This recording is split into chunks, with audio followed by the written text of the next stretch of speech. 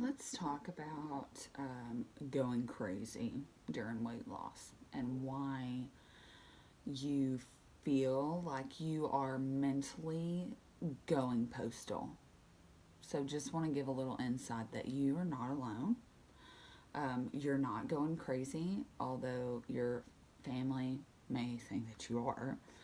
Um, First, whenever we decide to go on a diet, let's not say a diet because I don't really like saying that I'm going to go on a diet. I'm going to change my lifestyle because ultimately that's what we're doing. We are setting in rules in place that we are going to abide by for the rest of our lives because I want to be a healthier me, not just for 6 months, not just for a year, but for the rest of my life. So let's get into that mindset. So,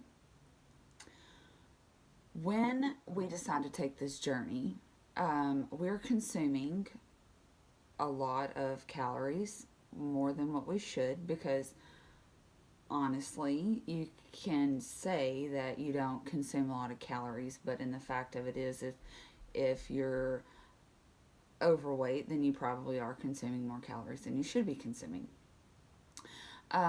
When you decide to cut back on that, or say take out sugar, or take out as many carbs that you're consuming, um, your body is gonna start kind of freaking out. You have these little things in your body called neurotransmitters, and what we put into our bodies makes these little neurotransmitters fire off all this stuff. So when you take that stuff out, that's making these little neurotransmitters run and things. When you take those out, they're not going to be firing. And when they're not firing, they're going to get a little angry. And then you're going to get a little angry. Or you're going to be like, your kids are going to come in and they're going to be like, hey, mom, can we have some jello? And you're going to be like, no, we can't have jello, over something stupid. You're freaking out about it. And then you like look back and you're like, whoa, that was a little dark. Maybe I shouldn't have responded that way. What's going on? And so think about it. If you're consuming carbs, bad carbs, which you probably prior to your weight loss journey are, those, think about it. Whenever you eat like a greasy hamburger, a big, huge, greasy, just hamburger, about like an hour after that, you're kind of like in a coma. You're kind of like, whoa, that was a little heavy, kind of want to take a nap, all of these things. That's how your body is reacting to what you're putting in it. Remember that certain foods, such as like breads, pastas, things like that, turn into sugar in our bodies when we're processing them. And when you are on a weight loss journey, especially whenever you're a gastric bypass or a sleeve or a diabetic, things like that, um, all of that stuff turns into sugar, which turns into kind of a bad thing in your body. For gastric patients, it's going to cause dumping. I know that I can't have over 10 grams of sugar in anything at any time. Um, and so when you do that one time, you know you're not going to do it again. You're not going to mess up and fall on that again because that's pretty terrible to go through the whole dumping thing. But for diabetics, it can be the same thing. May not make you sick like that, but you're going to have to increase your insulin. You're going to have to do all these things. And so whenever you cut that out, your body's going to go into shock, and it's going to go into shock for a couple of weeks. And my body still does that. Like today, I got home from work. It was a really busy day at the school today.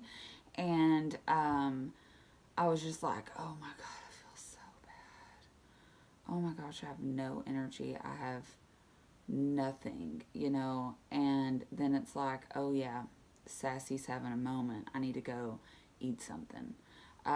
Because what happens is when your body is deprived, it's in starvation mode.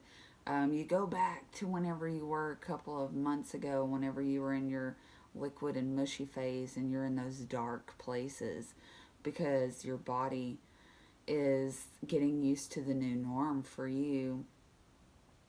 And those places can be really dark and hard to go through. And that's when you have to do a gut check of, why am I doing this? And then when you get to when you start eating things and things like that, that's when you have to make those decisions. So this goes for anybody going through weight loss. The first couple of weeks that you're going to cut out your stuff is going to be hard.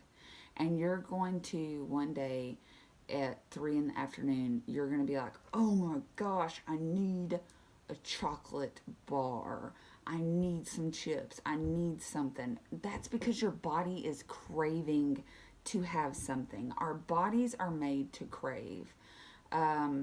When we get to that point, know that your body is lacking in something. Know that your body is trying to tell you that it needs something. So that could be protein. That could be, a multitude of things. Like, especially if you cut out your caffeine, you're going to have a bigger withdrawal. And so what I do whenever I get to that phase is I go and eat like a tablespoon of almond butter, because I know, and I've named my alter ego. I know that may sound crazy, but since we're talking about crazy, oh well. But her name is Sassy, and she's really high maintenance. She gets really angry sometimes. And so if I'm out, I always have like snacks in my bag, because you never know when she's going to hit. And so I have like Avocare bars in my bag, protein bars. I have beef jerky sometimes in my bag. I have nuts in my bag and my little snack bags, so that I know at all times, if I need to calculate those calories into what I'm consuming a day. Because when that happens, you feel lightheaded, you feel like you're going to pass out. All those things is because your body is lacking in something. And I have found that it's probably because my body's lacking in protein.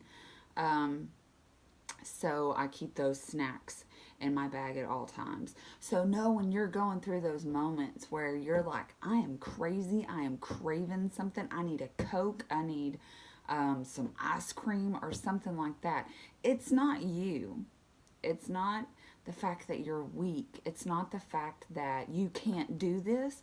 That's your body trying to tell you something, trying to tell you that something is lacking and that it needs something. Does it need a bowl of ice cream? No. You can tell Sassy to step back, stop being so high maintenance. You got this. I got a snack. You can do that. Don't let it stop you.